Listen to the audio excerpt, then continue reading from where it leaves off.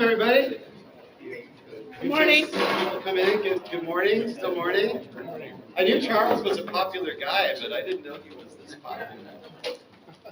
Because he's a thinker. There's plenty of seats up here in the front. I don't think at any point today that anybody's going to get hit with any on-the-spot questions, so it's really a safe space up here. Don't you believe it? They'll be telling it like it is. Let me back up and just introduce myself and welcome y'all. Glad you all were here today. Glad to have you here. This has been a busy morning today. Some of you even stayed all the way from early this morning from a previous event that the Mayor Portage had in here. So it's been a popular space. If this is your first time to the NIRPC offices, and I'm going to guess for most of you it's not, but if this is the first time here at the NIRPC offices, we literally rent from the city of Portage, so we're grateful for the space here. Co-located with the Northwest Indiana Forum, which is just down the hallway, and also the Portage Economic Development Commission. So we're very well integrated. We have kind of public sector and private sector working really well together in the same physical space. I'm Ty Warner. I'm Executive Director for NIRPC, which again is the Northwestern Indiana Regional Planning Commission. I see a lot of familiar faces, but some faces that are not familiar, so welcome to everybody. And what I've been tasked with doing, first of all, besides just welcoming you here, is give you the lowdown on what NIRPC is and what it's about. Because one of the things we realized, and I've realized with some things that NIRPC's had going on lately, that it's easy to make a lot of assumptions about what the organization is and what we do and what we're involved with. And sometimes it's helpful to go back and say, like, what do you guys actually do? How are you formed? How are you structured? That kind of thing, which is what I'm going to try to tackle for you very briefly. And then I'm going to be handing it off to Tom Vanderwood, I believe, who's going to talk more about the NPO function, in particular Metropolitan Planning Organization, and then Charles and Benny, who are going to get more into the nitty-gritty. So we're kind of starting with big overview, getting a little finer, and then the funnel's going to go down to kind of in the weeds about the whole process of getting projects funded. So that's the outline. There are a wide range of people here from a lot of different backgrounds. Some are involved in transit, some are involved in doing road construction, some of our elected officials, a whole wide range of people, which I love, because that actually is exactly what NIRPC is all about. It's bringing a lot of folks like this together to work on things that are bigger than any one of them. And that's essentially, if you want to start at the base roots of what NIRPC is all about, it's at that level. We are the formal council of governments for Northwestern Indiana. So in this very room where you're sitting now, roughly once a month, the communities from all over Lake Porter and the Port counties get together to talk about things that are bigger than any one of them. That's most basic. That's what NIRPC does. The way it's structured is laid out in state statute, but we are not a state department. But the Indiana state statute lays out exactly who's a member of our board. We have, I'm glad you're sitting down, 53 board members on the NIRPC Commission. I get asked all the time, how do 53 commissioners work together to accomplish anything? Actually, we have NIRPC commissioners that are right here in the room, and I think I'm on safe ground in saying it actually works pretty well. There have been very few things over my decade-long time at NIRPC where we've had a few controversial issues, but for the most part, things get hammered out at the committee level and other discussions, so by the time it gets in this room, everybody is really working together. And I was just saying this to somebody else the other day. I've had the privilege of being in some closed-door rooms on certain meetings. I have never, and I'm serious about this, I've never heard a community bash another community in those closed-door rooms. I think there's a lot of leftover public perception from maybe 30 years ago that this region is very balkanized and doesn't know how to work together. I think that has radically changed. And so a lot of you have been here much longer than me, but particularly over this time period, I don't see it from my vantage point. I feel like this region, sure there's some issues now and then, but for the most part, this region is actually cooperating really well together. And that goes not only with NIRPC, which is a public agency, but like our partners at the Forum here, our One Region, the RDA, NICD, all these other organizations, we work pretty darn well closely together. So that's what NIRPC is about. NIRPC is the public sector side of this, so we are literally a unit of government. Like I said, we're in state statute of how we're structured. And let me talk about how that works, just so you know, if that is of interest to you at all. So of all those municipalities in those 3 counties, there's 41 20 municipalities across Lake Fork and LaPorte. And by state statute, they all appoint one of their elected officials to the NIRPC commission. So that's how that works. That's 41 though. Then you have county councils, county commissions. So we have a representative from the commission and the council, like Mr. Vasquez, who's from Porter County Council. So they all each appoint a county commissioner, county council person. The county surveyors are also on the board, such as Kevin Breitsky here from Porter County. And then there are 2 townships that have a sizable population. I'm glad you guys came because you're like a perfect talking point that you're all here for each one of these things. So George Topol is from Union Township. There are 2 townships that have a sizable population, but the legislature, when they adopted the formation of this in 2003, felt like they ought to have their own representation. So Union Township is one, so we have 2 townships on the commission, and then we have a governor's appointee, who's currently Jim Pressel, Representative Jim Pressel. So you add that up, and that gets to 53 commissioners. So that makes up the board. That state statute only talks about NIRPC as a council of governments. So that's what I just described. That's what it is. So those communities come together, they work on issues that they need to cooperate on. But then we have 2 federal designations, and that's what brings us to what we're talking about specifically today. Is we have, I'll start with the one that's not as impactful to the subject matter of today first. It's an economic development district. That was a 10 or 12-year process that we finally got designated just before COVID in September of 2019. That's from the U.S. Economic Development Administration. It doesn't work quite the same as the NPO, which we'll talk more about, and I'll even explain that acronym more in a minute. But that does make this region eligible, and by region I mean Lake Porter and LaPorte counties. It makes it eligible for federal funding for economic development that this region did not previously have access to. So very important designation to be able to open the doors for additional funding for your communities. So there's that. That's a newer designation that we are kind of walking into. And I love that because that is a complete add value to the economic development efforts that are going on already by other groups. It only adds to the process. There's something behind me. I didn't know it's there. Look at that. You got a slide. Am I talking into your talking points? I'm so sorry. No. So, reinforcement is always good, though. I didn't know there was words. So that is the Economic Development District. But on top of that, we also have this federal designation as an MPO, Metropolitan Planning Organization.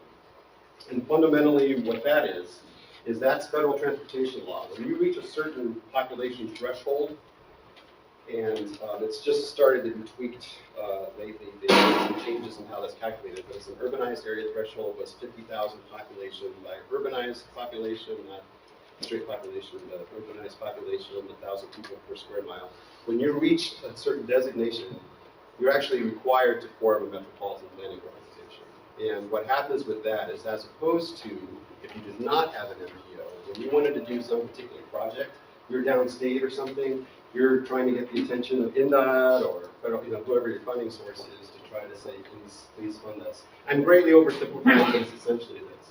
The MPO turns those tables around. The MPO puts that decision-making process for federal dollars into the hands of local decision makers. So those 53 representatives that I just talked about from all those communities, they are given an allocation of funds. And those 53 members, locally elected, all responsible to a constituency, then decide what to do with that allocation of funding, where that money goes for projects. And technically, I mean, you have to follow federal guidelines and state requirements as well. But technically, the state and the federal government don't really have a say in how those dollars are spent in terms of how this is cited. So it puts it totally in the hands of local decision makers for those dollars. That's what an NPO does.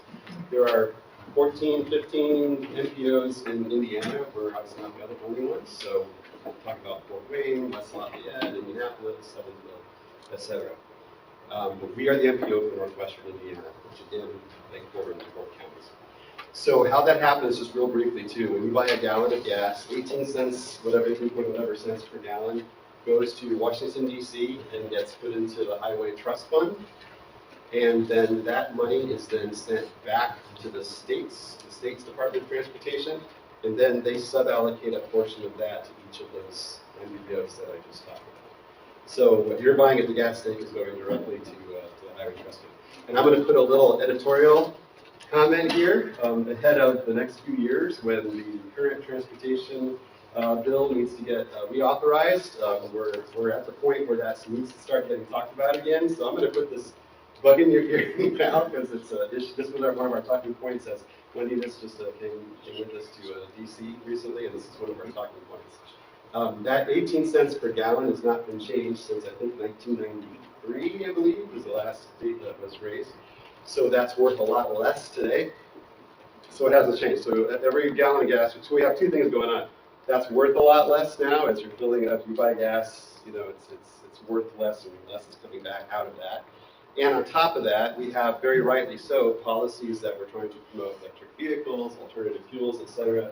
So we have policies to try to buy less gas, and what we're putting in for the gas tax is less. And so we're actually only receiving a third of the money that is being spent from the, and I'm talking nationally, I'm not talking NIRPC, I'm talking federal, so from the Highway Trust Fund. So as you can see, that's not sustainable. So what always happens is we get, this is why I'm saying this now, in a couple of years when the news cycle will start addressing the issues with the Highway Trust Fund, and you'll start seeing all the video on the news about crumbling bridges and everything. That'll all happen again in a couple of years. And one of our points that we've tried to, NIRPC is not a lobbying organization, but what we've tried to help accentuate is that we need to get to a sustainable source of transportation funding. This is not sustainable. What happened last time is that Congress just cobbled together a bunch of funds from different sources to plug the hole in the Highway Trust Fund, but there's no ongoing source of support for that. So I'm just raising that because until I became more involved on the NPO level and doing work from planning that I used to do to more regional planning and transportation related to, this has really driven home the importance of what's happening in Congress and the direct effect that it has. I mean, we all know that it's direct effect, but it literally affects the money that you receive to do projects, what happens in Congress with this Highway Trust Fund in particular. Just FYI, in case you're interested to know, that the best thing going that seems to have the most promise to replace that 18 cents per gallon of gas tax is to switch to a model of vehicle miles traveled, where it's literally based on how many miles we travel in a year. That was floated and done some, I think there's 5 or 6 states that have been piloting this now, and it seems to be working. There were some early privacy concerns about that. Those have been dealt with now. And so at the time when the gas tax was enacted, I'm not going to talk about this much longer, when the gas tax was first enacted, that was the closest thing that anybody could do that was an actual user fee. It made sense. You're paying gas taxes because you're the one burning the gas on the roadways, and so that's what it pays for the roadways. As we now have alternative vehicles and everything, it's now thought there's a lot more ways and we're a lot more sophisticated technologically to be able to do a more direct user fee based on the actual miles we drive every year. Still a lot of discussion debate about that. I just throw that in for free because you're going to hear a lot of this debate in the next couple of years as the federal folks start paying more attention to this and the news starts paying attention to it as well. So that is basically, again, Council of Government structure for NIRPC. We've got an economic development designation, that's a federal designation. We also have this NPO designation, which is really the bread and butter of what we do and what I think NIRPC is most about. I'm going to hand it over to Tom, but any questions about that point, I'd be glad to answer if you have any, or if I can. If not, I'm going to segue over to Tom. Again, I just want to thank you for being, I'm not leaving, but I just want to thank you for being here today. I love to just play with you, like, lift you up. No, it's part of the Thank you, Ty.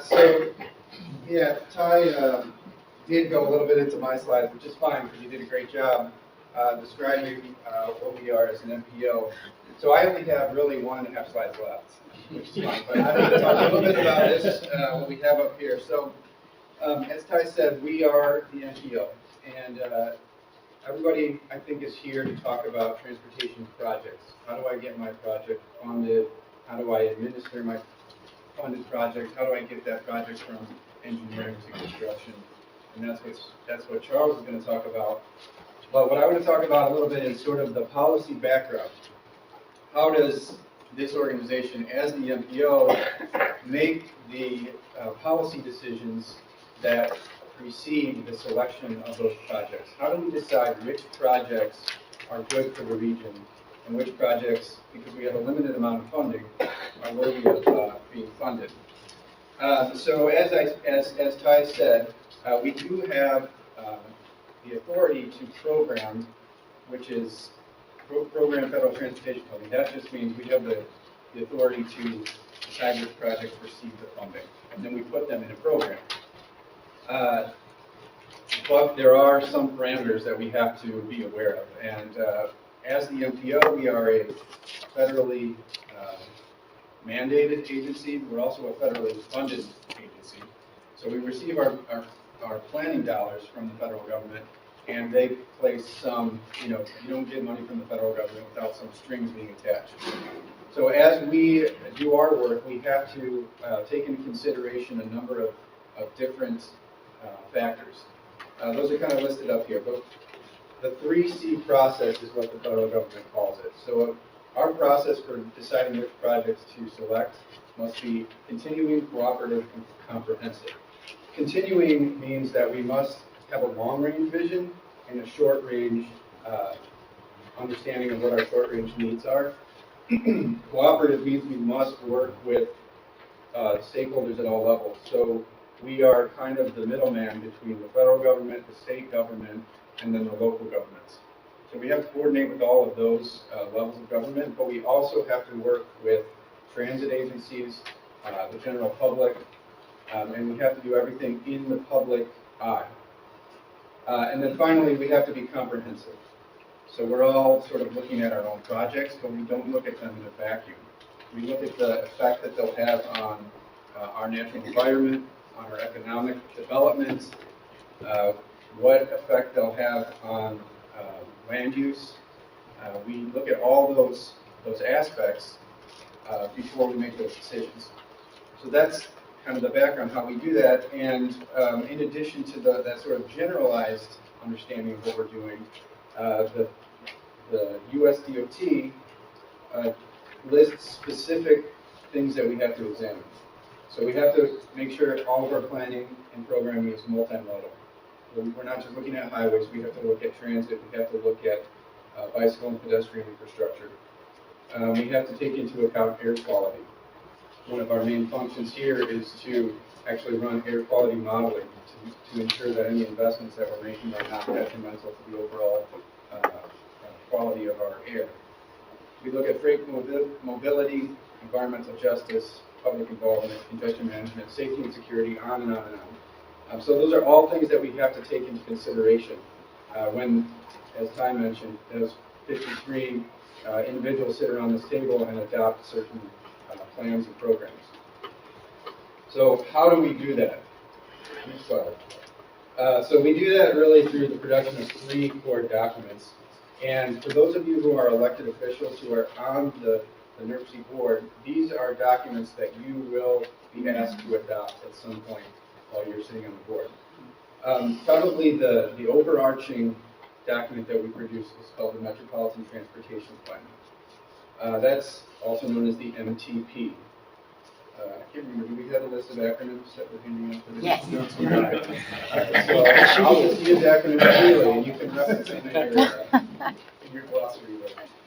So our current MTP is NWI 2050+, and this is on our website. You can take a look, but this is really the document that includes all the analysis that is done for land use, for congestion, for what's it? So, but of course, MTP is. Oh, MTP. Yeah. No. Okay. So that really is the background document. That sets the overall regional policy. Okay. So that's sort of the plan that we have. It doesn't necessarily include specific projects, but it says this is our regional vision for the next 20 years. This is what we want to accomplish. And with respect to land use, in the current plan, we've actually expanded it to include housing.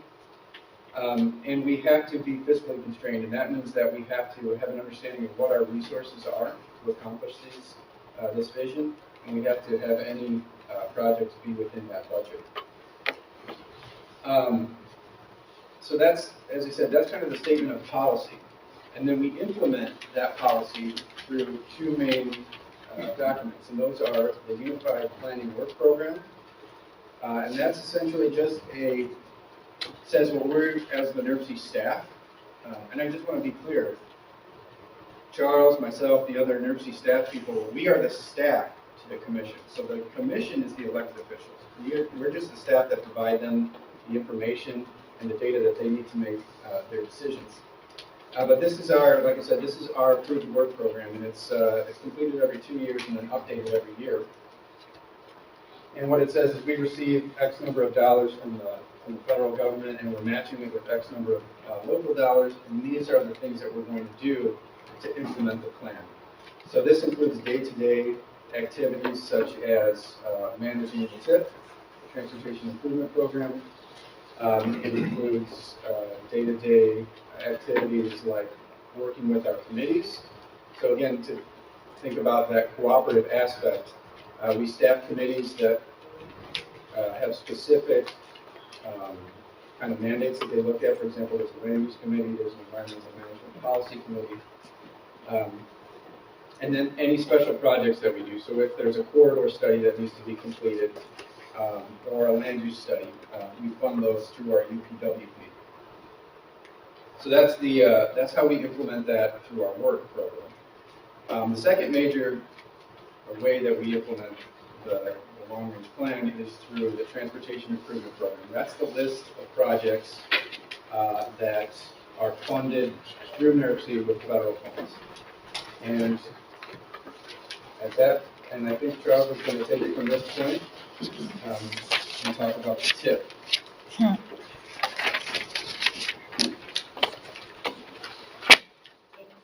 Good morning, everybody. So I guess, what is the TIP?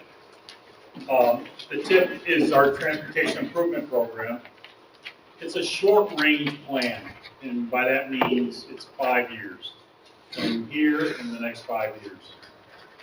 Currently, we're looking at 24 to 28 TIP, which normally we'd be operating under. So it's 24 to 28. So we're looking at the next 5 years. This fall, we'll be looking at putting, or this fall and next spring, I'll be working on the 26 to 2030 TIP. These are projects that we are putting forward that are concrete projects. When we're looking at the long-range plan, the MTP, as Tom mentioned, we're looking at overall projects kind of, not so much, I don't want to say pie in the sky, but they are larger projects and they have greater reaching. Now we're getting into the nuts and bolts. These are the projects that we say we are going to put forward. So, like I said, what is the TIP? It's updated it is the, like I said, the Transportation Short Range Plan. It's updated every other year. And it's near-term investments for the next 5 years. It must support our MTP, which is, in this case, the 2050 plus plan. And it must be approved by US DOT, FTA, and Federal Highway. And it is, in our case, in everybody's case, I should say, safety and environmental justice have a priority.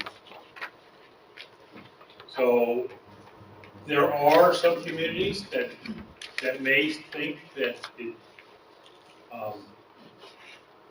they may think that their community doesn't get a fair shake or thereabouts, but in our TIP, in our long-range plan, we do stress safety, and we do stress environmental justice. So, and those are coming down from us from Federal Highway. Every year, Federal Highway comes out and they have different areas they want to look at. This year, there's a lot of emphasis on Vision Zero, safe streets for all, and as well as environmental justice. Would you define environmental justice, please? Environmental justice is any of the minorities. Minority could be household with no vehicles.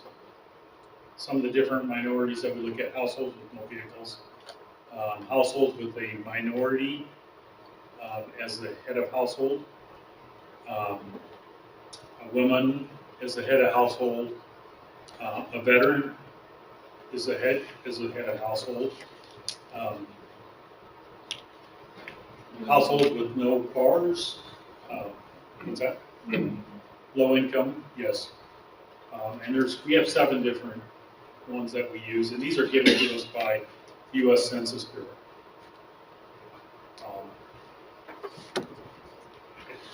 Yeah, I think, and there's probably seniors, those who are over 65 or older. These are all head of households. So, thank you. If I could just quickly comment, it just like, throws people off a lot because the term environmental justice gives the impression that it's literally about environmental issues, and it can be, but it's really about the burdens that you're placing on any particular groups. So to make sure that the benefits and burdens are equally distributed. I have a. Yes. You mentioned Safe Streets for All, but there was. Safe Streets for All and Vision Zero. Vision Zero, thank you, sir. Those are both federal produced. Actually, they're not federally produced. It is actually an international documents that are supported throughout the world, and to make our streets safer for everybody. And it looks at everything. It doesn't look at just drivers. It looks at drivers. It looks at making cars safer, making our design of our streets safer. It looks at making it safer for the ambulance who's responding, or the emergency vehicles responding, makes it safer for them. Getting to the accident scene, if there's an accident scene, or get to the incident or the crash site, and then getting back to wherever they need to go. If it's case of going to a hospital, making it safe to get them to the hospital. So it involves more than just looking at how can we make vehicles safer, or how can we make, but it's making not just our streets, but our whole transportation network safer. Yes. So that can include things beyond the traditional hardware, roads, signs, GPS technology. This involves making our vehicles safer. This involves making our streets safer with signs, and the different ways that we can slow people down. For instance, a lot of people think that cars should go faster, faster, faster, not going through your city, through your main center. But that's getting off topic, but how to make the streets safer for everybody. Not everybody has a car. And even those who have a car, you're not going to drive. You may park in one spot and then walk to different stores, for instance. So looking at the different aspects of making our streets safer for everybody. So who's involved with our TIP? We have the federal government, USDOT, as I mentioned, in the form of FHWA and FTA. We have state government, that's NDOT. Regional government, in our case, we're us, the staff, and NIRPC as the MPO. We also interact with the RTA, which is the Regional Transportation Authority, which is in Chicago, and then the public.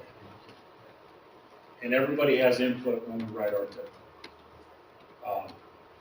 And we put that forward. So what is required? Regionally significant projects are required to be in the TIP. It doesn't have to be a project with federal funding on it. The toll road, for instance, if they're doing anything major, it needs to be in our TIP. The Klein Avenue Bridge needs to be in our TIP. Now, it just doesn't have to, we don't have to have exact dollars, but it needs to be shown in our TIP. And we need to do the modeling for those projects also. We use those performance-based planning, as Tom mentioned, because we are in an ozone attainment area What's that? Non-attainment. Ozone non-attainment area. So we need to do the air quality conformity planning and do the modeling for those. And make sure that projects that we are adding in our TIP do not hurt our long-range plan or do not, for instance, make the air quality in the region worse. It must be fiscally constrained. Just like everybody else here, we have a budget. We can't spend more than we think we have. So we're looking at the next 5 years and we're projecting what our budget is going to be, and that's how much we can program. And that fluctuates.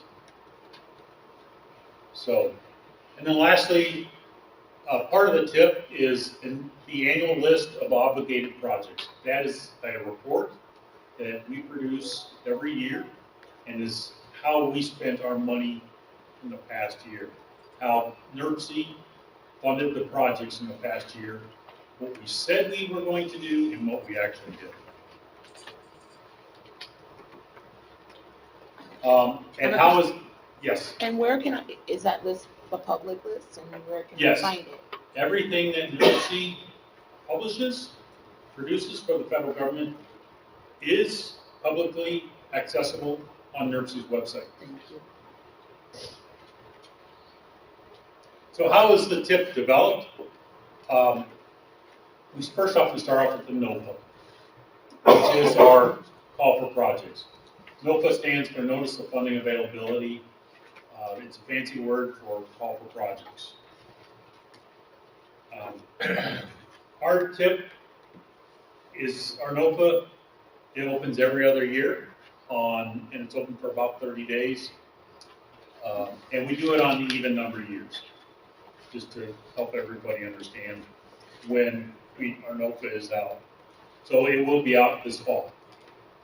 We try to get it out in September. So sometime in September, we'll have that out and communities can put in projects. These are for only projects that we have are only for local public agencies, cities, towns, counties. Private enterprises are not eligible for federal highway funding or federal transit funding. So we open that up for about 30 days and then we close it down. It's reviewed by NIRPC staff to make sure that all of the supporting documents are there and that the scores are correct. We will get with the communities. If we have any inconsistencies or any disagreements, we'll get with the communities and talk with them and make sure that the best projects are put forward. Okay, we want the best projects put forward every year. So some communities would like to just throw spaghetti on the wall. That's great. Our NOPA, it should be fairly easy to understand, but it is pretty lengthy, so it does take some time. There are HSIP and CMAQ eligibility. HSIP is highway safety. CMAQ is congestion mitigation, air quality. So, and there are funds for those. I'll explain in a minute. And then, of course, it's voted on by the TPC and the commission in April. We send it to the commission in April, and then the commission votes on it, and then we send it to NDOT for their approval. We send a draft so that before we vote on it, so that NDOT and Federal Highway can look at it, give us their comments, so that when we vote on a draft, it's the final draft. It's the final version that is going to be accepted and approved by NDOT and Federal Highway. TPC being Technical Planning Committee, which is advisory to the full NIRPC Commission. And then lastly, NIRPC manages that TIP. So I started to talk about HSIP and CMAQ. I'll kind of go over what the different funding programs that NIRPC manages. First off, we have STBG, Surface Transportation Block Grant, is what it stands for. It's the most general of all types of grants that's managed by NIRPC. It can be used towards construction of resurfacing, restoration, rehabilitation, or reconstruction of roadways, or roadways greater than a local roads. Your local streets, unfortunately, are not eligible, but anything above a local street, so a minor collector, major collector, or arterials are eligible for federal funding. Just something to keep in mind. We do have a list of, we do have a map with all the classifications of streets and roads in the region. So if you want, you can reach out to us at NIRPC and we can share that with you. But basically, if a neighborhood road, a neighborhood street is probably going to be a local street. Anything that's going to be collecting the neighborhood streets would be a minor or above. Yes? Hi. So if it is a local road though, there is a community crossing grant that you can apply for twice a year. So that is different funding, that's state funding. And up to, it changed for this year. It could change back next year, so I won't say how much it is. But you can apply for it usually in January and July every year so that those local roads can be done. And the matching is a little bit different as well. Oh, you're welcome. Brianne and I talk every other day. All the time. We're best friends. I'm Yes. telling you. And same with Marcy Blancy over in But she's in a whole nother state today, so she doesn't But- get to be here. just to give you a plug, do not go to them at the 11th hour. No. If you have a question, do not go to NDOT at the 11th hour. Especially if you know about it beforehand. Right. Just general rule, be nice to them. We try to be nice, I swear. So, No. Ourselves in a minute. After That's we're fine. done, you'll know why. Yeah. anyway, STBG, it's the most flexible of all the grants. It can be used for just about anything on a collector or above. The cost sharing is 80-20. 80% federal funds, 20% local funds. And there is no eligibility requirement. Or I guess a local street is, a collector or above is an eligibility, but for the most part, there is no eligibility requirement. CMAQ, as I mentioned earlier, a little bit ago, congestion mitigation air quality is what it stands for. These are projects that are helped to meet the requirements of the Clean Air Act. Because we are in an ozone non-attainment area, we get additional funding in CMAQ. And these are projects to help the air quality and congestion, just like the name says, to help the congestion in our area. So a trail, for instance, can help out both. But stuff that would help the traffic proceed through an intersection is also CMAQ eligible. It does need to, there is a separate application for a CMAQ, a worksheet that you have to complete.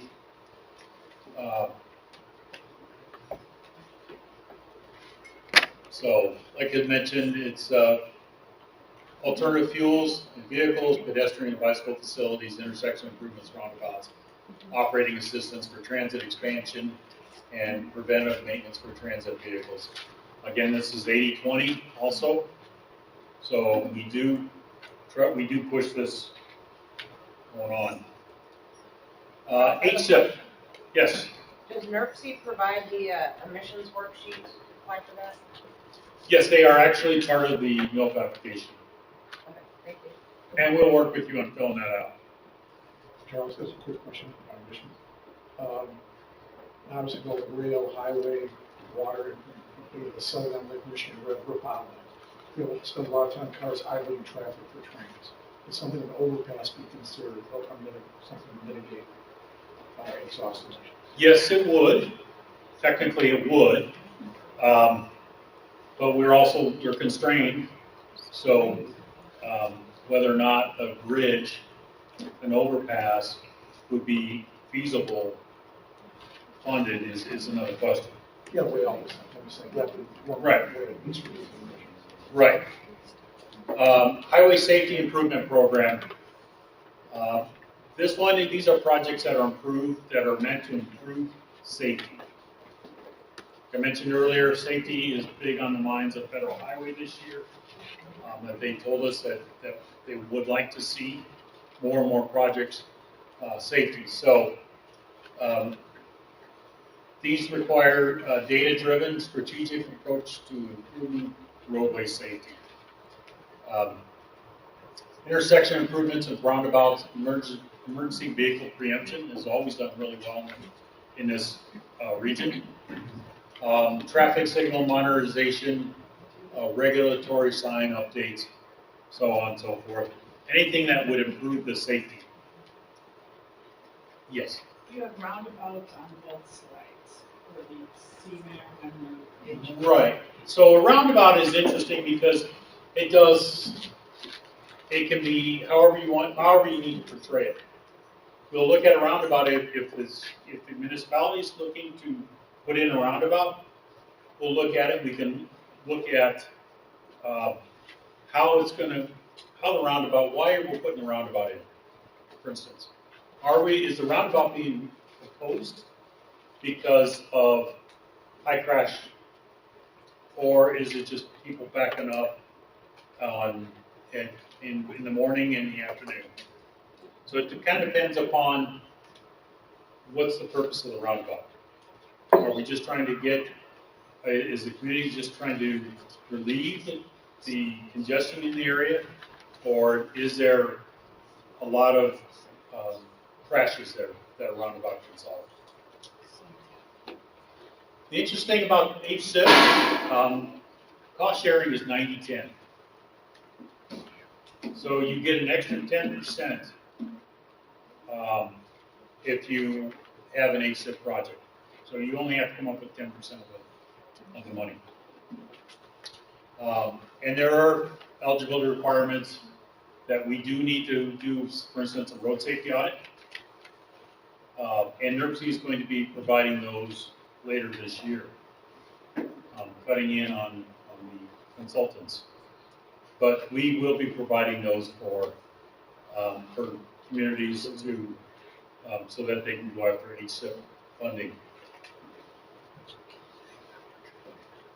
And TA, or TAP, Transportation Alternatives Program, these are designed to increase alternatives to driving, namely sidewalks, trails, bicycle, and pedestrian infrastructure.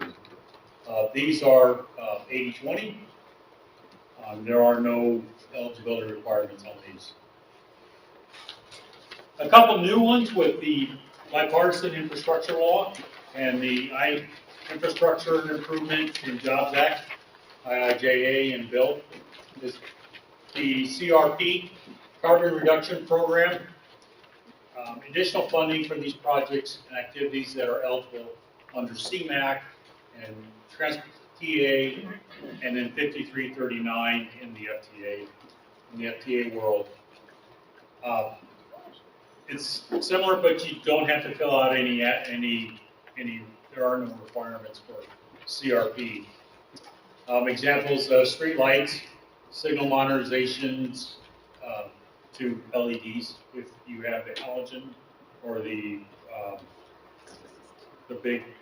other lights. If you want to switch to LED, that's eligible. Alternative vehicles and infrastructure, non-motorized facilities that improve traffic flow, and so on and so forth. 80-20, and again, there are no eligibility requirements.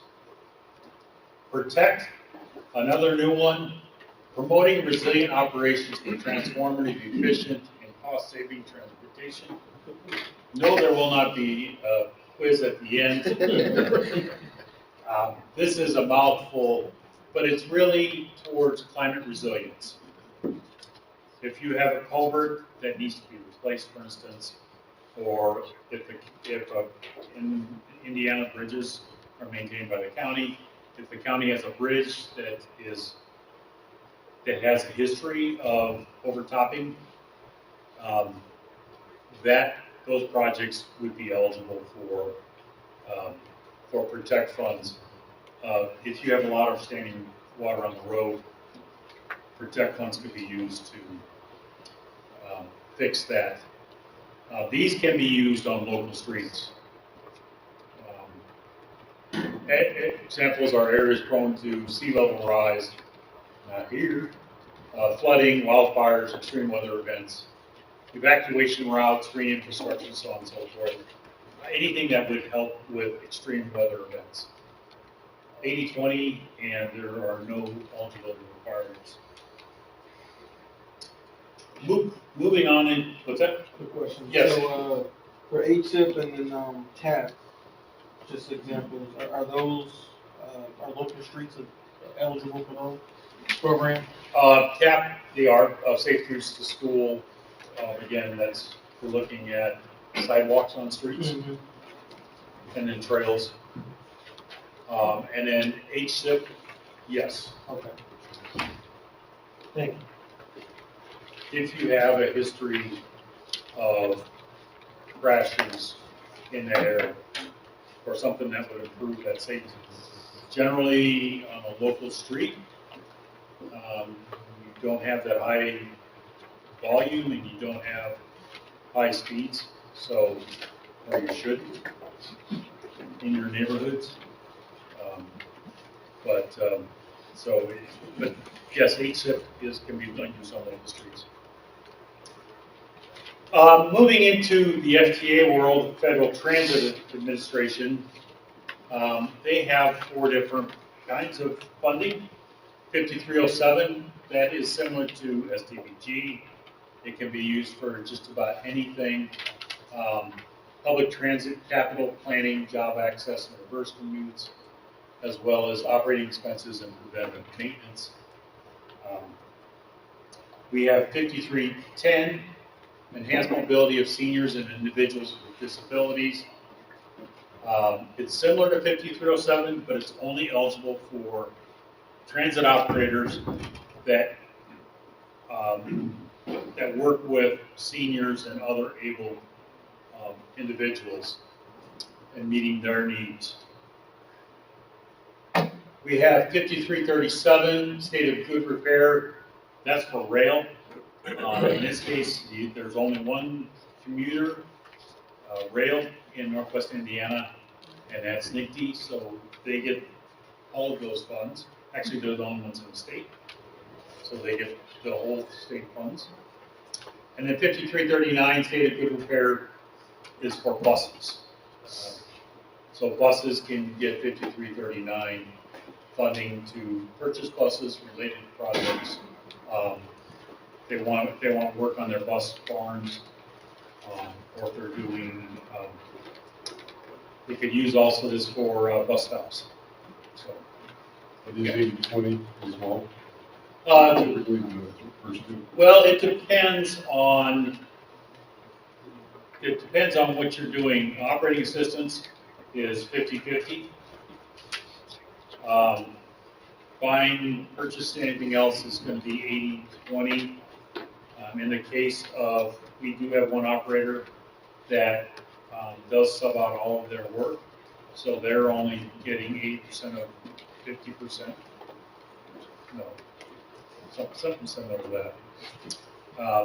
But they have a third party operating their buses for them, so they don't get that much. But generally, yes, for most of the stuff, they get 80%. And then the other 20%, they have to come up with themselves, whether it's from local taxes or fare box revenue and something like that. Now, there are several other funding sources that we didn't talk about.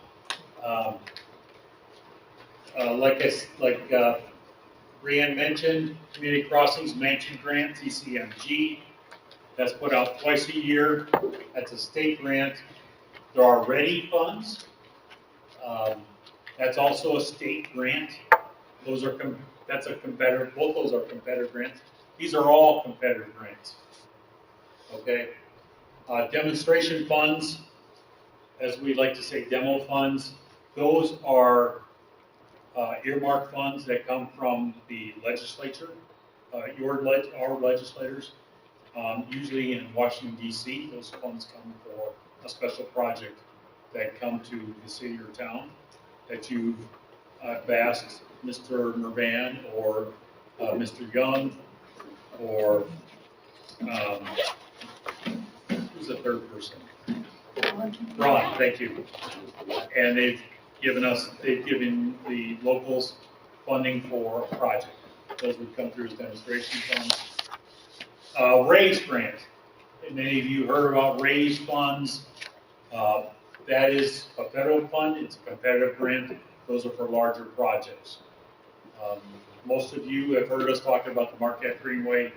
That is a fund that NIRPC competed for and got and received to finish the Marquette Trail or to work on the Marquette Trail. There's several other ones out there. I can't list them all without forgetting somebody. So, but the thing to keep in mind, each program has its own pros and cons and its own advantages and restrictions. So you need to do your due diligence in looking those up. NIRPC staff does have a lot of experience with some of these, or at least if we don't, then we know who does. So we'll be more than willing and happy to talk with you on what we found are some of these advantages and restrictions and so on and so forth for some of these other funds that are out there. Just keep in mind there's more than one way to fund a project. If you're using federal funds, there's a lot of hoops you got to jump through. If you're using state funds, there's not a whole lot of hoops you have to jump through, but you still have to jump through some hoops. Okay, region tip. Those of you who know what this looked like, this is NIRPC's tip. We have a web-based tip, just so that everybody knows. This is our public-facing website, and the web address is up there. You can also get to it from NIRPC's website. So, again, this is the one this is going to be the general overview, and the public can go to and see this. What I've shown up here, what I've circled up here, is the projects. These are just a couple neat little aspects about the public website. You can see that we have our federal tip, as it's shown. Our new draft tip, the 24-28, it's still in draft. That's a long story, I don't want to get into it. Any tip amendments? And then you can do an advanced search for your projects if you want to. Now I've circled up here projects by county, and this is kind of, if you click on that, you'll come up with this. And you can see there's several, there's a list of all the different types of projects. In this case, it's Lake County. And then below it, you can scroll down and you can see all of the projects that have federal funding in Lake County. You can click on the different counties. We have Lake, LaPorte, and Porter. You can click on those and see all the projects that are in those counties. And then next is the interactive map. And this is what it looks like. You can see we have a lot of projects going on. We've mapped out on our website all the projects so you can look and see. And then you can click on each one of these nodes and it'll bring up a brief description of the project. So if you want to look in your community and say, oh, I didn't know we had a project here, you can click on it and see what it is. It is color coded. So if you have a pedestrian or a bicycle, it'll be on there. if it's an intersection or a bridge, or if it's safety, it'll be different color coded, or if it's a bus transit, it's coded that way too. Now the internal, there's two sides to the NIRPC tip. We call it region tip or R tip. So the internal website is shown up here. This is where we interact with and we make suggestions and make any changes to what the public site sees. So if you come to this page, and this page does not look familiar to you, when you come to this page, notice there's a click here.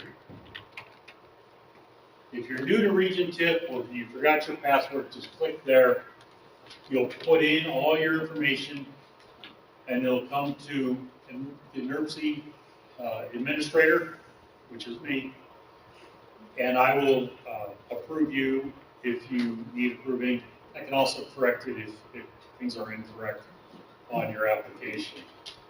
But it is how things get changed in our tip.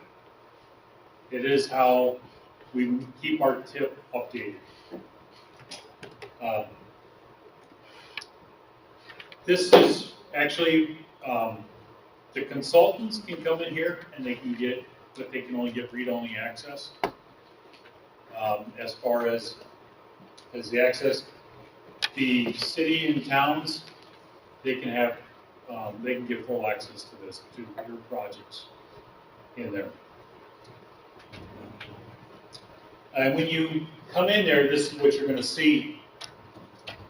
This is the opening page. That little NIRPC logo in the corner, that's the home button. Not a lot of people, a little secret there. That's the home button, and it will always bring you back to this page.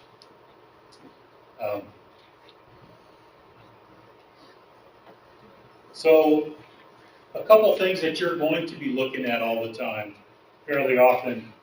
Under project tools that are circled there, you're going to see a drop down with 4 different categories. My CFP, all for projects, my CFP list, my tip list, my LRTP list, which we do not use, and amend tip projects. Now I have my tip list and amend tip projects as highlighted there.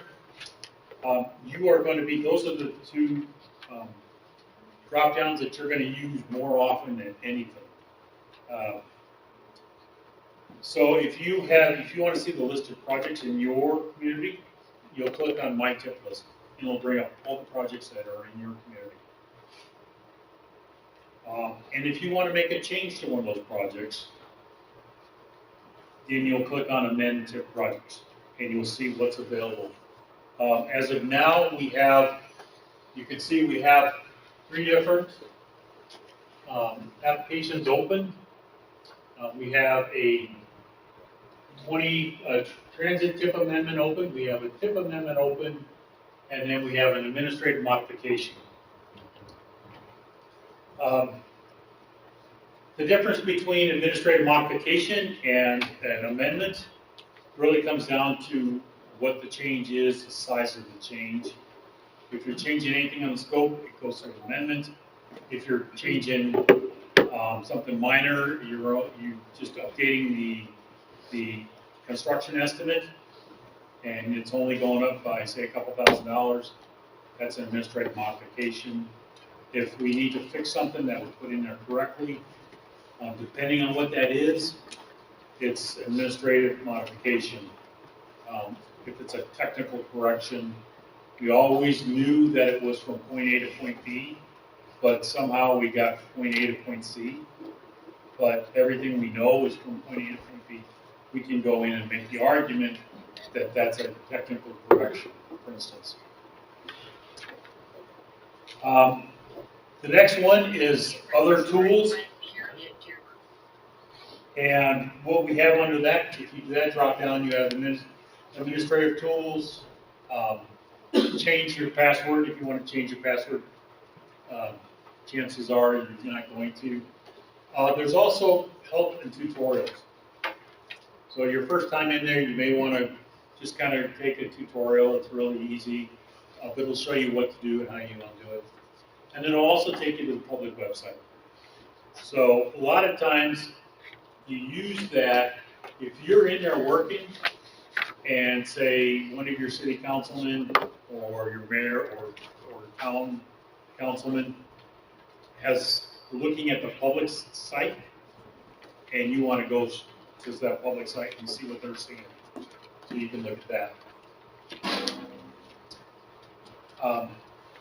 Next, the NOFA. This is right off the front page of the NOFA. This is what it looks like. It doesn't change much every 2 years. If you notice, we have 80 different project types. So you can pick if you want to, if you have a project you're thinking about, an idea you're thinking about, you have 80 different project types. Sometimes they are in different areas. You got to keep that in mind. And by all means, before you put together your project, come and talk to us at NIRPC. We more than happy, we'd much rather talk to you beforehand. And what you think might be a good project may not score really well. And, or it may not, it may, what your, for instance, what your executive, what your mayor wants may not score really well, and therefore you don't want to go through this exercise if it's not going to score well. We've done this. This will be our 4th time using this coming up. So a lot of the consultants and a lot of us, and those of us at NIRPC, I know this. It doesn't change much. Each time we put it out, we just kind of plug the holes that have developed that someone saw and took advantage of. So we plug those holes and move on. Again, I mentioned there's 80 different program types. There's 13 investment programs. As they're listed here towards the bottom, it's tiered. And what I mean is tiered. There are some projects that we have said are really important. So we tier 1. We give the funding for those top tier projects, top shelf projects. There's 3 different tiers: tier 1, tier 2, and tier 3. Tier 3 project will not. There is not any funding available for tier 3 projects. It doesn't mean that you shouldn't submit those. It just means that chances are it's not going to get funded. So it's just something to keep in mind. Quick question. Yes. Who say field 1, field 2, or field 3 maybe something that's so important to me, but more important to you? How do you decide that? So our TIP supports our MTP. So for instance, safety and environmental justice. If something's going to be safety related, that's a tier 1. Environmental justice could be a tier 1 or tier 2. It's not a subjective thing, you gotta objectively define it. Correct. So, yeah, okay. So yes, we determine what's tier 1, tier 2, tier 3. Yes, but we are using constraints from our NTP and what our federal partners are telling us that should be a concern, a concentration of ours. Yes. So just a reminder that when Charles says we, he means us collectively. Yes. Because these decisions are made through our committee structure and through, through this collaborative process that we talked about. It's not just the NIRPC staff who make these decisions. These are collective decisions that we make together. Right. So right now, the NOFA that's coming out this fall, we're working with all the hospital committees to come up with how their programs are going to look like, how their applications are going to look. I'm just going through the application. So again, we're looking at 5-6 years out. So this is again 26 to 2030. This application that's going to come out this fall. We're looking at 29 and 30. And Denny's gonna talk about why we're looking at 29 and 30. So just keep that in mind. Now, there are some times we can accelerate a project or something, but we're looking mainly at projects in 29 and 30 coming up this fall. It takes that long with federal funds. Again, it opens in the fall on even number of years. I'll turn this over to Denny. Do you want to take over on this slide, or the asset management or the life cycle? I mean, I can. Anyway, the life cycle of an asset. I've got this circle here. Those of you in construction probably know it. You design the project, and that's going to take 1 to 5 years. You construct the project, that'll take a couple years. Your maintenance on the project is 7 to 12 years, and that's just general, that's pothole filling, and that's doing a light resurface, 1.5 inches, 2 inches. New tires, right? Yeah, new tires. And then at 12 to 15, sometime in that, depending on how busy the street is and how good the quality and everything is, you're going to do a rehabilitation on that asset. And then again, you're kind of going back up to, you got another 5 or 7 years of maintenance on it, and then you rehabilitation. You kind of do a mini loop, but you're mainly doing maintenance on it. And then at the end of this lifespan, whenever that may be, if sometimes, I'll use the example of a bridge. Sometimes bridges will last 50 years. Sometimes they'll last 80 years. So, and then they'll complete a new bridge. But they use an asset management plan. And most of you know what an asset management plan is, I believe. If you don't, you should. Basically, you're looking at all your assets. You're looking at your roads, looking at your sidewalks, your trails, and decide how you're going to keep those up, how you're going to maintain those, how you're going to rehabilitate those, how you're going to construct those. And who's going to be maintaining those? The trail can either be maintained by the street department or it can be maintained by the parks department. Depends on how you view it. Some cities in Indiana, their street department maintains the trail because they consider part of their transportation network. Most of the cities have their parks department run it because it's part of their parks. If you're in the counties, you got bridge inspections. A bridge in Indiana needs to be inspected every 2 years, unless it is deteriorating and it is scoring low.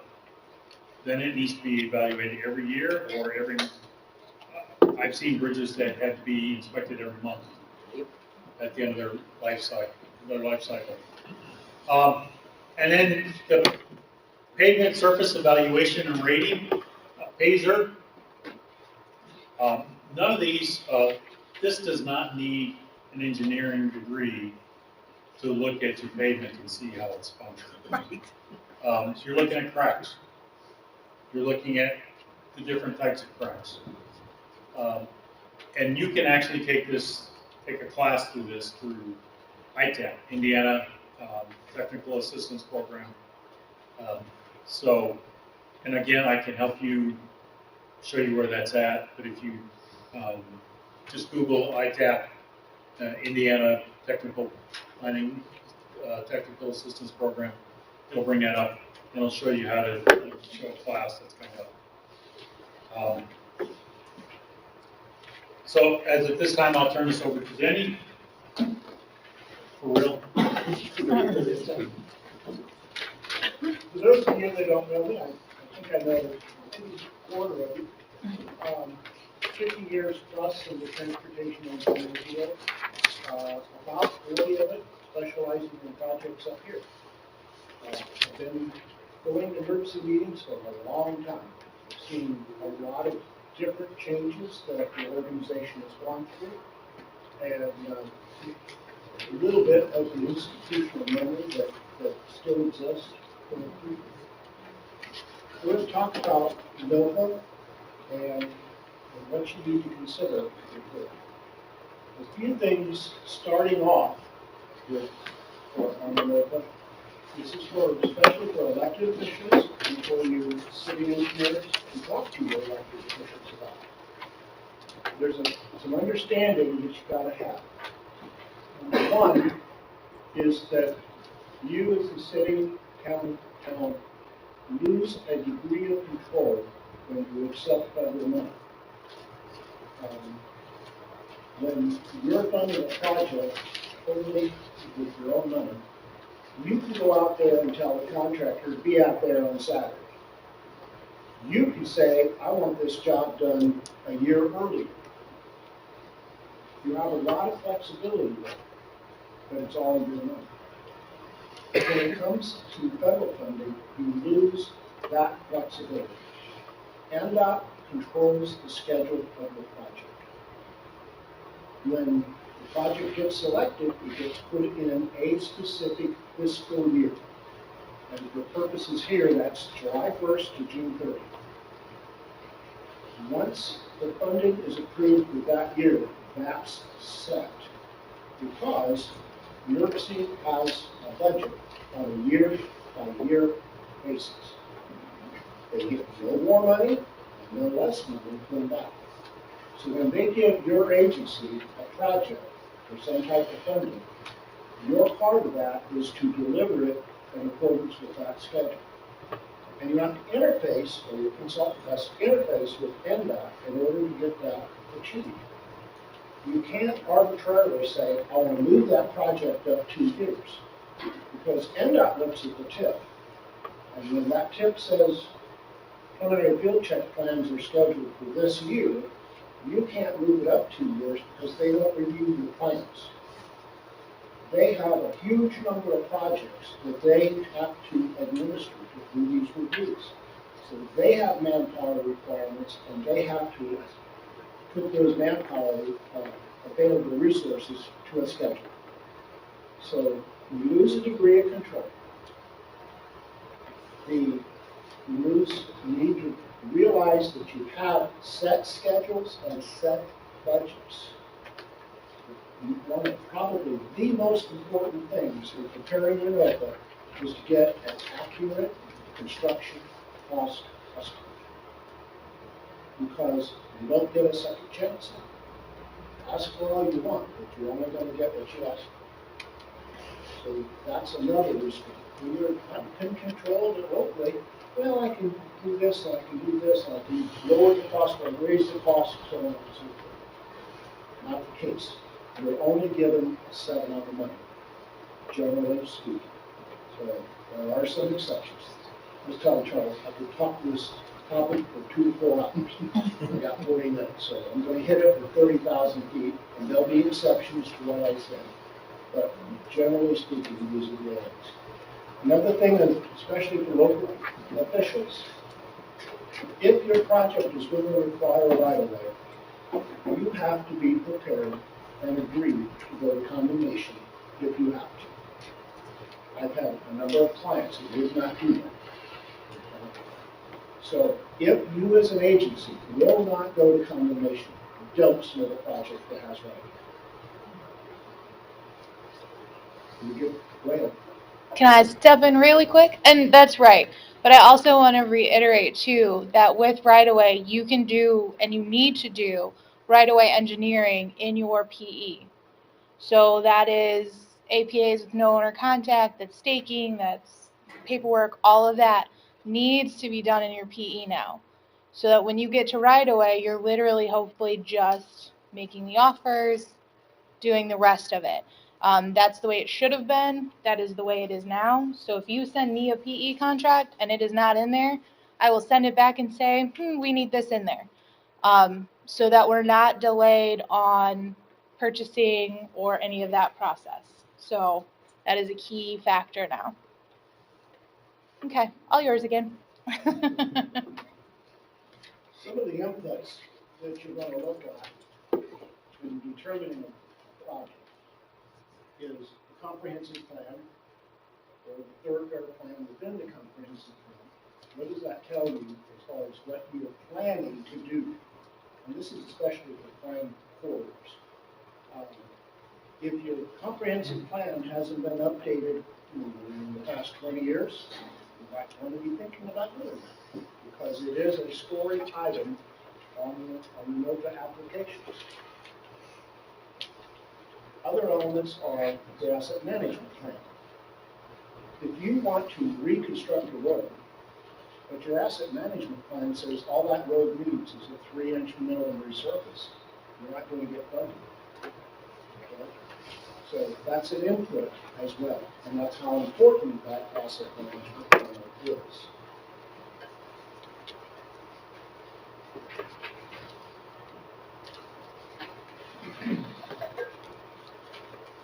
What probably drives most of the project selection is what the mayor wants to do. That is a given fact. So this is his project from the beginning. And what you have to be able to do is explain to him some of the criteria that goes around that selection before you decide to put it forward.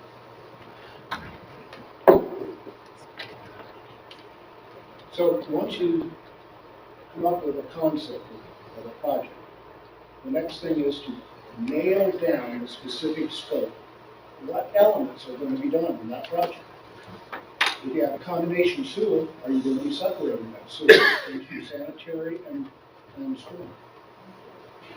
If you have a water main in there that breaks every other year, you need to consider replacing that. If you need right turn lanes, you need electric lanes. Do you have sidewalks? Do you need sidewalks? Do you have lighting? Do you need lighting? All of these elements. This is your one shot to get everything in this project that you want without headaches later. I like to say, I can solve any problem any one of you come up with if you give me enough time and enough money. That's what this takes. Because if you don't do your work at the beginning, when you make the application, you're going to pay as it goes down through. I've had clients that wanted to add lighting into a project, literally as it was in construction. Can it be done? Sure. Yeah. Are you going to pay? Through the nose. Because every one of those plan sheets and that construction set of plans had to be revised. An engineer is not going to do that for free just because you changed your mind. Okay. So there are also environmental issues, which I'll touch on a little bit more, that have to be reconciled. So a number of issues. So the project scope is extremely important to get all of those things nailed down. Then the next thing is to come up with an accurate cost estimate. You need to work, if you're going to, I would strongly recommend that every agency in here work with somebody who has experience dealing with NIRPC applications and dealing with NDOT. Because the processes that they go through in the development of a plan will feed directly into the cost elements of the project. There's a drainage review, there's a pavement design review, there's an ADA review. There are a gazillion different things that NDOT looks at. If you haven't covered all of those in your project scope, it's going to cost you money. Okay. Their scope, and everything that you want to do, everything that the mayor wants to do, clear cost estimates. And these are not, oh, it's $100 a square foot. These are individual items. It takes time to develop these. So make sure that you start early.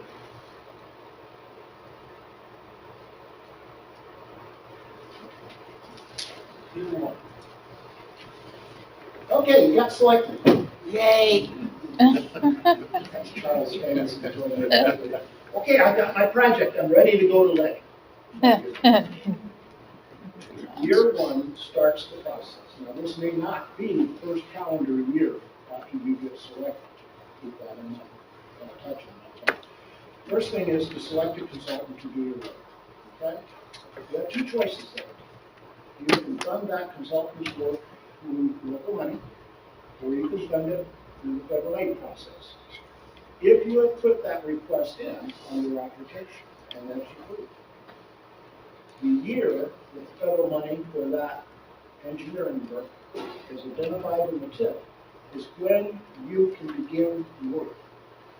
If you do it locally, you can begin literally in 1 or 2 weeks.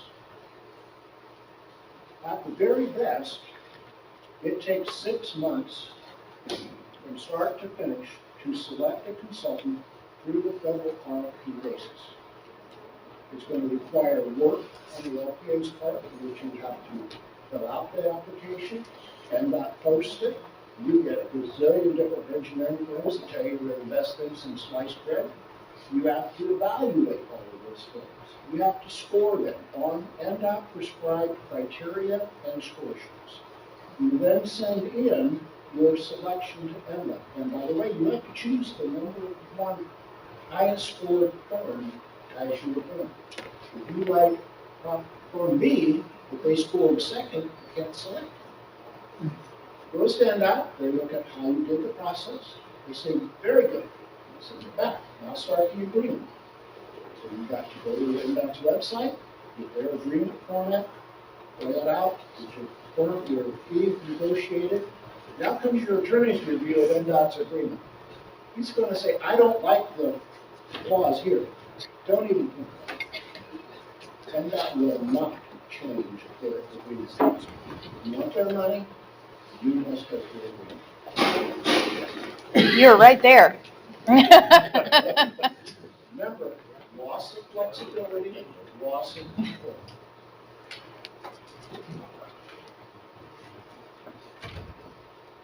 If you fund it locally, you still have to select an NDOT pre-qualified engineer.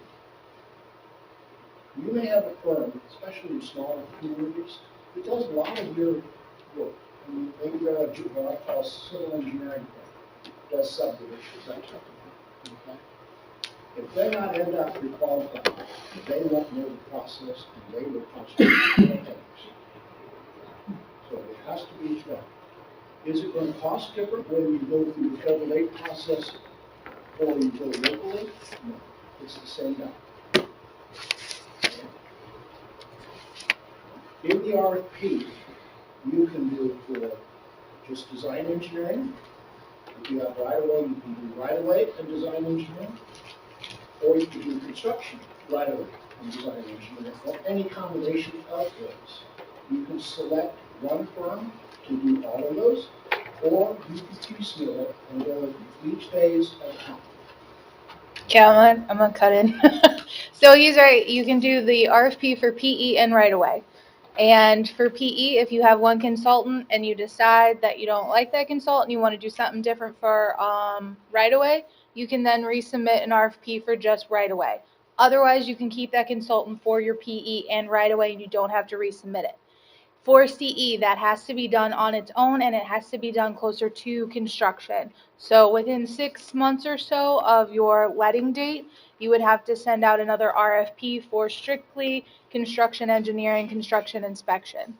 So that would be the same process though. It would come to me and then once you got all your LOIs, you would ask me for the past performance scores. Or Marcy, either way, we'll get it to you. Okay, once you got your consultant selected, now you start in design. First element of the survey, and those are the guys out there with the yellow jackets and the poles and they're marking utilities and all that kind of stuff. One of the first steps they'll do is send out a letter to everybody up and down that corridor. So you as local officials and city engineers need to be prepared for questions because that's when they'll start coming in. And when you tell them it's not going to be let for 6 years, the eyes will glass over and lose track. They'll have questions and you just need to be prepared. One of them that is probably the stickiest is, are you going to take my land? You have to have an answer. You think about that. So once you get the survey, this is all collected electronically today. It's brought back to the office, and a three-dimensional model of the Earth in that location is created. Once you have that, then the design engineers take your specific scope of work that you talked about and now start to develop this, in what is called stage one plans. Stage one plans may be reviewed by NDOT, typically they're not. If you have a new alignment, first, the road portage over there, you probably had stage one. You did. New alignments are a whole different ballgame. If you've got a street that's there already, you probably don't need to or want to do the stage one submission.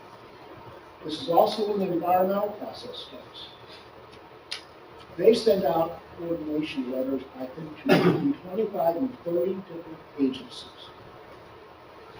That's how many different entities are involved in environmental document. As the environmental document proceeds through and gets submitted as final, it takes NDOT 8 months to now review and approve that environmental. This is not a fast process. NDOT requires that the description of the project, the number of parcels, everything about that project that is in the environmental document be 100%, word for word, the same as what your plans are. Charles talked about project limits. If in the tip, the project is here to there, and you expanded it from here to there, you'll get a kickback, because the tip says it's here to there. Every time from this point forward that you want to change something in the plan, you may very well impact the environmental process.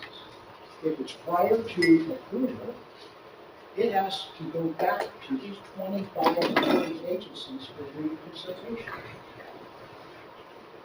Think about that. That's a lot of entities that you're having to wait, and they get, I think, 30 days to respond. So again, time and money. How does that impact? Charles has the stuff set in a specific year. You got to make that year. And so, again, lots of flexibility in what you can do with the project. Now we go on past the first year into the second and third year. We're proceeding along, doing preliminary field checks. We're going to read the document. Hopefully by the end of that third year, it's been submitted. And then next into years 4 and 5, we're into the final stages. Let me back up. Once you get your environmental approved, now you can have owner contact. Okay? What that means is start talking to people about acquisition. If the mayor says, if they really back to the remote stage, you know what, we're going to need some right of way. I know Joe, he went to school with me. I'll bet you he would give us that land. Once you submit this note to Charles, you can't talk to Joe about price or donation. Okay? If you do, you jeopardize the whole project. Let that sink in. If you've got money for design purposes, you jeopardize that money. You have to now pay that money back because your project got terminated because you didn't follow NDOT's procedures.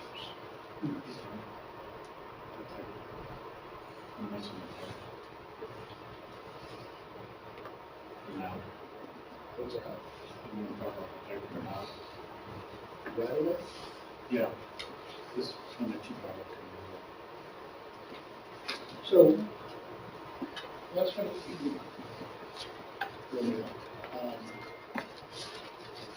so once the environmental is approved, if you have included all of the steps prior to buying your PE agreement, which is a good idea because you can be doing those steps as you're coming through with your design.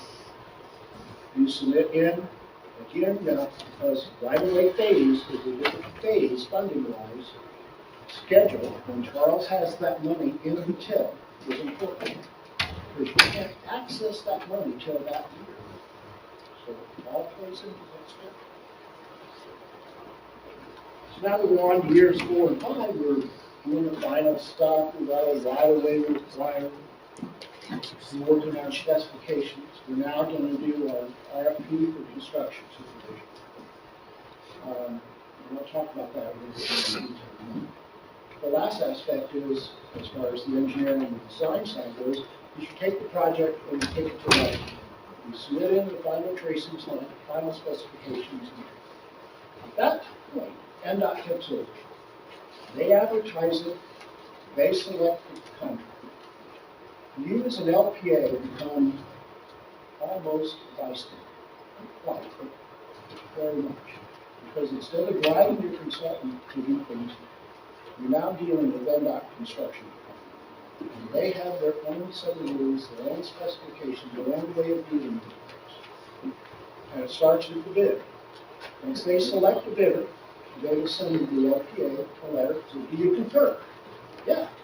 No. Yeah. You don't have much choice. You got it. So there you find the money somewhere.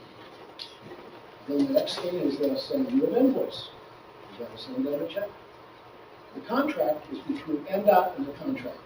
You, the LPA, nowhere near it. NDOT has its own contract with you. So you send in your check, and they don't issue a notice to proceed. They don't sign a contract. Don't sign a contract or send a notice to proceed. So they got your money. Okay. So it's not something you can fool around with. You better have your controller all set up for this, so that it doesn't take 2 months to get them a check. Because that 2 months is going to add time at the end of the job. So we send in the check, contractor's notice to proceed, you start. You have hired a consultant to do your construction observation. What's his job? His job is to make sure that the plans are built according to what they say. And make sure that the material is supplied to meet the specifications.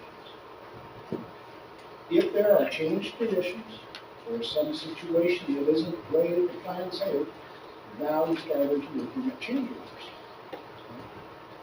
If you have a change order, the very first thing, and it's an hour, the very first thing you need to do is call this back. Because remember what I said, you only get a certain amount of money. And I believe once it's wet, the tip doesn't play into that anymore. Is that right? No. So whatever money, say you have $2 million in the tip, the project costs $1.5 million. You don't have access to that $500,000, it went away. Charles has a fund for change orders that is somewhat limited. And so you've got to come to him and talk to him about changes. Remember what I said, if you want to add lighting or something like that wasn't on the job? Now you're going to have to come and justify that to what's called the T-Rock committee. If NDOT allows you to add it. So again, if you add these items, now they've got to look back at the environmental, and they have to do what's called additional information area. All the plan sheets have to be analyzed, and then you process a change order, and hopefully you get no receipt first. If not, you got to pay for it yourself. Not plus. The thing that your consultant cannot do, and you cannot do as a public official, is tell the contractor anything about means, schedule, or methods. Okay? Just because you want him out there on Saturday working, that's why. Okay? He has a period of time from the notice to proceed to the final construction date to do his job. If he decides not to show up for 3 months, that's on him. If he starts and then goes off for 3 months, that's him. And that's a hard thing for a mayor or a councilman to understand. Because you're used to getting things done in your community. And here's this guy out there, he tore up the road, and you haven't seen him for 6 weeks. And the mayor is going to say, you get out there and tell him that. And I'm going to say, Mr. Mayor, I can't. Okay? Because NDOT specifications set it up this way to get you the cheapest price possible. So, loss of control, keep that in mind. We go through construction. Now we have to do final construction. Stop. I think there's 3 ways you have to justify every pay on it. Is that right? We have material records, quantities, and then multiple reviews of Every anything that goes item, on the every job. quantity that's used on the job has to be documented and justified 3 different ways.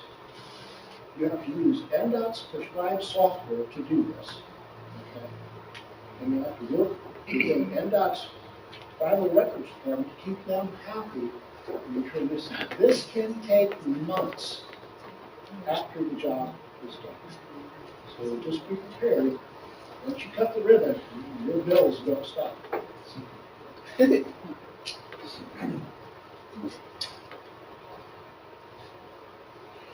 After you're done, be sure to update your asset management plan, because now you got a new road. Okay? So you want to keep that going. I'll talk about project termination now, which is we brought it up.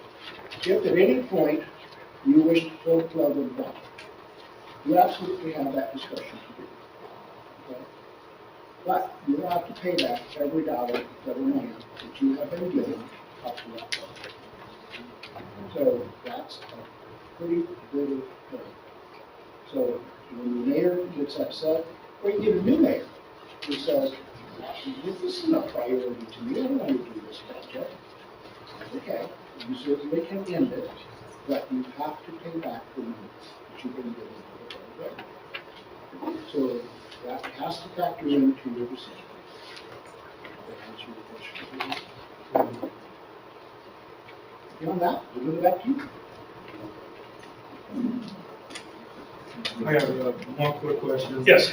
For construction observation, is it required that a consultant gets selected prior to letting? Yes. Yes. Okay. The only reason why I asked.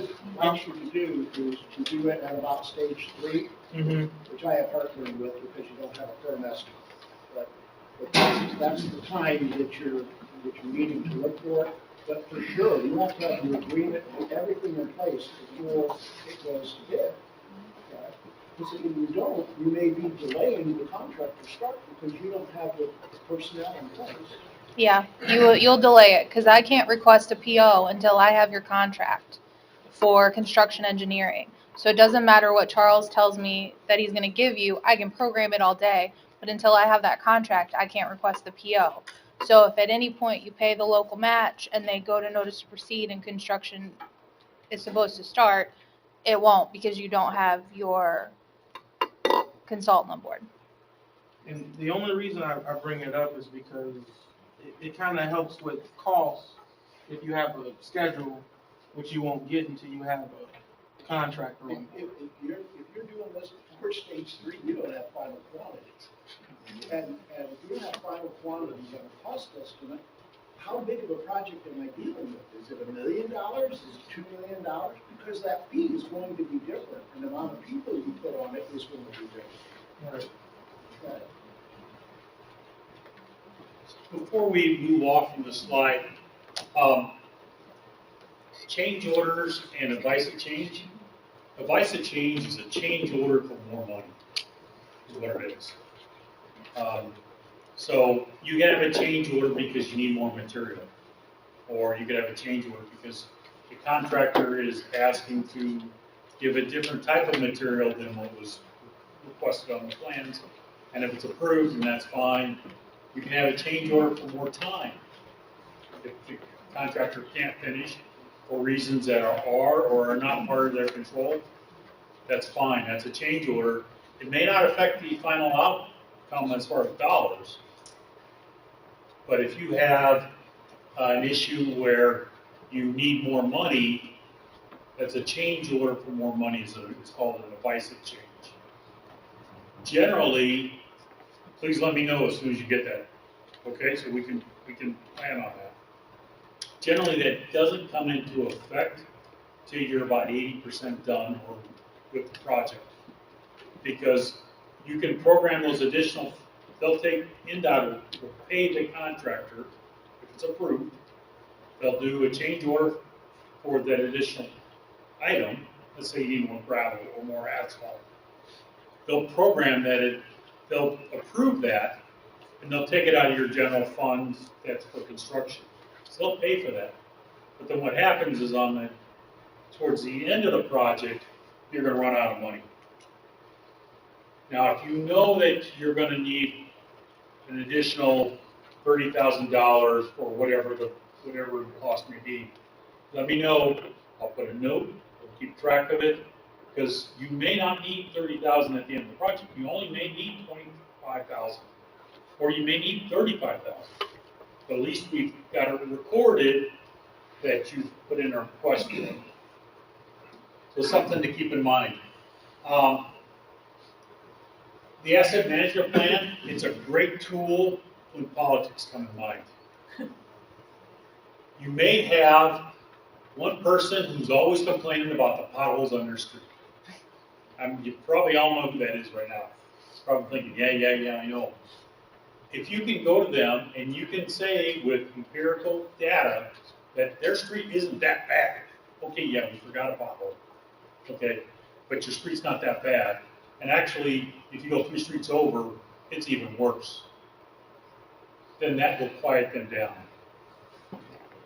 And if you have a city commissioner or a county councilman that's saying, you need to pave this street, you need to pave this street, you can go to them and say, we're looking at the Phaser rating, or we're looking at our asset management plan, and we're going to do that next year, not this year. We can see what we do, but we have other streets that are worse than that street. So just keep that in mind. That's a good political tool to quiet down anybody that could be, when your mayor comes to you or your city councilman or whoever it is that comes to you and say, this street is most important. So just something to keep in mind. Other things to keep in mind. Quarterly reports. Yes. Yes. I will just, yes. I have a list every 3 months that I go through, and you will get emails from me. Because if they do not get done, I will suspend your projects. Plain and simple. No ifs, ands, or buts about it. I have full permission from Kathy, and Federal Highway wants them every quarter. I give you plenty of time. I try not to be mean, but I hate going through the same list over and over again. Yes? Is there a standard template or format for this? It's in the OQR system. So it lays it all out. Per project, your schedule, everything should already be in there after the first time. And then when you go to do the next report, it should be there and you can change what you need to change. Yeah. Yeah, I just want to make a comment on that. Brianne and Marcia. Hi. Hi. She's Are in great Vegas. people, and she tracks the projects. When somebody doesn't do a contract right or get it in time or something, they'll help. Or if we miss something, they're there to help. But the quarterlies have to be done, and go by that so you don't try to drop into that pit of trying to get your project back online. And if you submit something in your quarterly that is not wrong, once you submit it, it can't be changed. So you can let us know, and that's all good and well. But on the next one, you would just need to change it. And as like a side note, every new year, your ERC certificate has to be uploaded, even if it's not expired. And then when your ERC certificate expires, then it has to be uploaded again to show that you have the new one. Because I get that call. January just came and went, so I got plenty of those calls as well. So every new actual year, not fiscal year, not our state year, whatever, every new year, it has to be uploaded again. So that'll save a little headache too. I think at quarterly meetings, it's a good idea to have the consultant on the phone or there as well. Because the schedule is talked about, and this is where you as local public officials need to hold their people to the fire on schedule. Because it becomes painfully clear if you haven't had a preliminary field check for 3 months after its due date, something's wrong. And we need answers, and we need to know how it's going to get back on track. Because Charles has this stuff in a certain year. And you have 9 to 10 months within that calendar year to play with. And if you schedule your project in February letting, and the last letting you can have is April, you don't have May and June. and you just lost 3 months of your preliminary bill check, you've lost the fiscal year. And if you lost that fiscal year in schedule, you may have lost the funding for the project because it's a zero-based game. Every year is everything's programmed. There's no dollars left. So if your project goes from 2024 to 2025, 2025 is full. You may be moving to 2030. Okay? So that I just can't emphasize how important schedule and funding in the TIP is, because it's a nightmare for him to balance all of this from 53 different heads of at least this agency is. So the quarterly meetings are super important. They're super important for you as a public official because that's a formal way of going through the project and seeing how it's doing schedule-wise and funding-wise. And the ERC has to be there. You can have a consultant, that's great. I'm happy to talk to any consultant, fantastic. But your ERC has to be there. It is their project. Mike? Quick question. All projects have things unanticipated changes, whatever. As part of, put contingency in our bids, for instance, for engineering and construction services. Is that, when I submit a bid or some bid say $1 million, is that supposed to be in there or is supposed to be another column for that later in case we don't use that money? So most, Sorry, go ahead. this is kind of getting off, but the estimates usually have a contingency built in. So, and depending on where it is in the stage, that contingency should be followed. So, local quarterly meetings, they are virtual. So we used to do them here at NIRPC, and everybody had to come in, and yes, I understand it was a pain in the neck, coming all the way up from Lowell for 5 minutes, and turning around and going back. It was kind of a, so we do those virtually. And everybody, we started that with COVID, and I think everybody loves it. Because you can multitask until your time comes up. I do not invite the consultants to those meetings. I let the municipalities invite those consultants to the meetings. I'll tell them about the meeting. But whether or not, and some city engineers are more confident than others. So some people are confident about talking about their project. Some people would rather have their consultants talk about the project. The ERC still has to be on the call. It's your project. If you don't care about it, then neither do we. Plain and simple. So you have to be there, and if you want a consultant to be there to talk about the project, that's fine and dandy. They're working for you. They don't work for me. So I do not invite, I let them know about the meeting, but they should be reaching out to you, and most of them know my policies.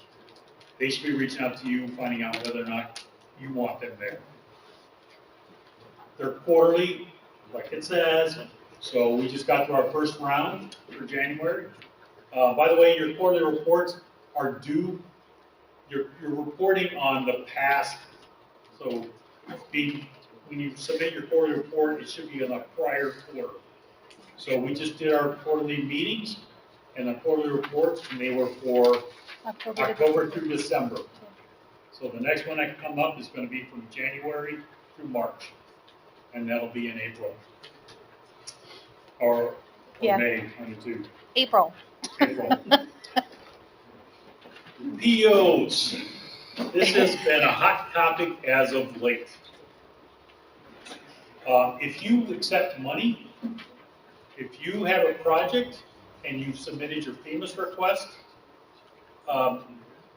you need to, when you get your FEMA request, then you can give your notice to proceed to your consultant. And if you are getting, it's a reimbursable grant for design, you have to submit your canceled checks to NDOT on their form. And you have to do it in a timely manner. Every month, every 2 months, no more, do not wait any longer than every 3 months. Federal Highways guideline is technically every month. Okay? So if that's the case, then they should be submitted every month. But if it's 2 months, that's not considered inactive. Once it goes inactive, that is where our problem lies. I will get an email that says close it. I won't tell you about it because that's per Kathy. You know that it has to be submitted. So if I get that email, I submit it to get closed. And so it is, if you're doing it every 2 months, great, it's active. Just don't let it end up on our inactive list. And we talk about it every quarter. That inactivity is 6 months. Yes. She receives an email, she does not have time, it says to close this PO. She cannot argue it. She cannot give an excuse or anything like that. Her job is to close that PO. She's been told by her superior to close that PO. She closes that PO. So, and that money, by the way, that's federal funds, that's been given to NIRPC. Those funds go back to Federal Highway in Washington DC, and they put those wherever else. It goes to Wyoming, it goes to Alaska, Virginia, somewhere else. In 2023, NIRPC lost $1.3 million because POs were not submitted in a timely manner. That's 1.3 million, that's another project for someone. So just keep that in mind. Now, at the quarterly meetings, we do talk about this, and we talk about this specifically. In other words, hey, this project hasn't had a PO submitted, hasn't had a reimbursement submitted in a while. You need to get something on this, submit something on this project. And we may miss some, but we also have, I don't even know how many projects I have. So, I can't look at every single one of them to make sure that everything is active. And this falls with every single project that runs through NDOT. The community crossings. No, not community crossings. Because community crossings, once we request the PO, we submit it for a transfer, and then the money is just sent to your account. So there's no reimbursement. You pay back anything that you didn't use if that's how the project closes out. But for community crossings, you just get the money in your account, and you don't have to submit claims.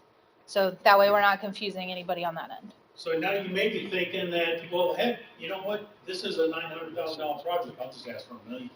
Come on, let's cover.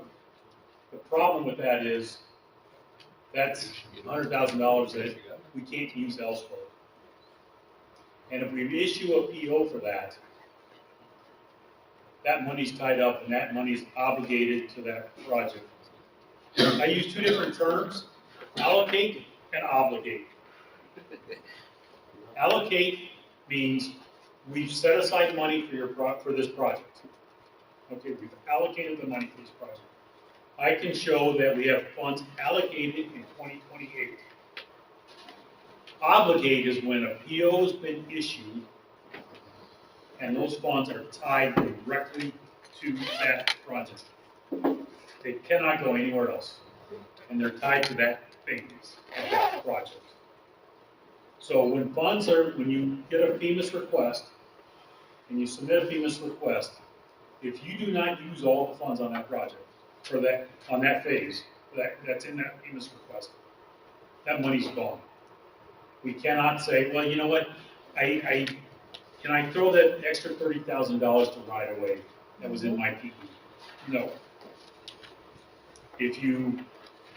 As Denny said earlier, the mayor's got a friend who will donate the right away.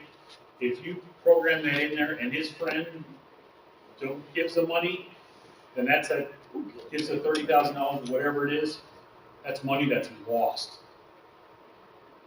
So, and we have other ways of working through that going in the future. But what I'm saying is, that's why our estimates have to be accurate. Because if we obligate funds and it's too much, that's money that's lost. Now, it may not mean much to you, but everybody else in the room, because you took off a bigger piece because your eyes are bigger than your stomach. That pie is only so big. And if you take off a bigger slice and don't eat it, then that's somebody else who's going to go hungry. Federal highway funds every year are lose it or use it. Use it or lose it. Okay? So every July, I start off with zero, with a pot of money, and every June 30th, it zeroes down, it goes to nothing. If we don't use those funds, they disappear. It's federal money that goes through NDOT, so we follow the NDOT calendar, which is July 1st to June 30th. And we have a shutdown, so actually that's coming up. So it may be till June 30th technically, but every May 1st. fiscal year, right around May 1st, it shuts down. So FY24 is almost done, in our opinion. And if I don't have everything I need before my shutdown, then it will be, I mean, it's a no-go. So even at the quarterlies, I say, I need this, this, this, and this. Otherwise, I can't get you what you need for FY24 or 25, whatever year it is. Right. So just some things to keep in mind. Projects are subject to move. We have projects that will come in and you'll say you're going to be in 2025, but let's just say you don't have your design isn't progressing. Well, I'm looking at that risk. I'm already looking at projects in 2025 and seeing what the risk is on those. If those projects need to move, the sooner I can know about that, the better. I can plan on it. Sometimes, if you're a project and it has to move out to an later year, my only option is to move it outside the tip. So that's something to think about with your consultant. If you cannot make the year you're in, chances are you're moving out to an out year. So for instance, 2025, and you can't make a 2025 letting, you're going to 2030, 2029, 2030. Probably. And that's the best case scenario. Try going to your mayor, your council, and telling them, yeah, we got behind in our schedule. Now the project won't go until another 5 years. And be prepared for at least some, not being able to sit down for 5 years. I do move projects. NIRPC does move projects around, but I try to do it in everybody's interest and the best. Try to minimize that. So, but I will have that conversation with you. I just won't willy-nilly move projects around. But sometimes I have projects that have ballooned in cost. So in order to fund them, I need to look at what I have, and then every year I have projects that I finally, when I get my final numbers, I can look at those and see how projects fit in and so on and so forth. Are there any questions? What's the turnaround time from submitting PEOs to being paid for projects? For reimbursement? Yes, ma'am.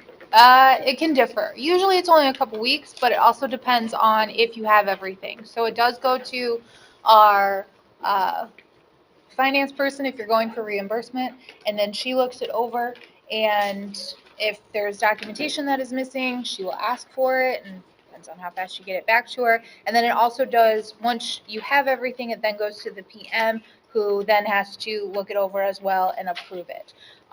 So if all the timelines fall in place, it's usually between 3 to 4 weeks, but it can be more. If you are asking about CMAQ, that would be a little bit different because they don't have to do a reimbursement, I'm pretty sure. It's just paid, and then we go from there. So that's a little bit different than a regular PE right-away scenario. Thank you. Yep. Any other questions? Yes. I'd just like to make a quick comment. a 16-year retired commissioner. And I will tell you that there's not an organization that you will serve with that's any more fair to the communities than NIRPC.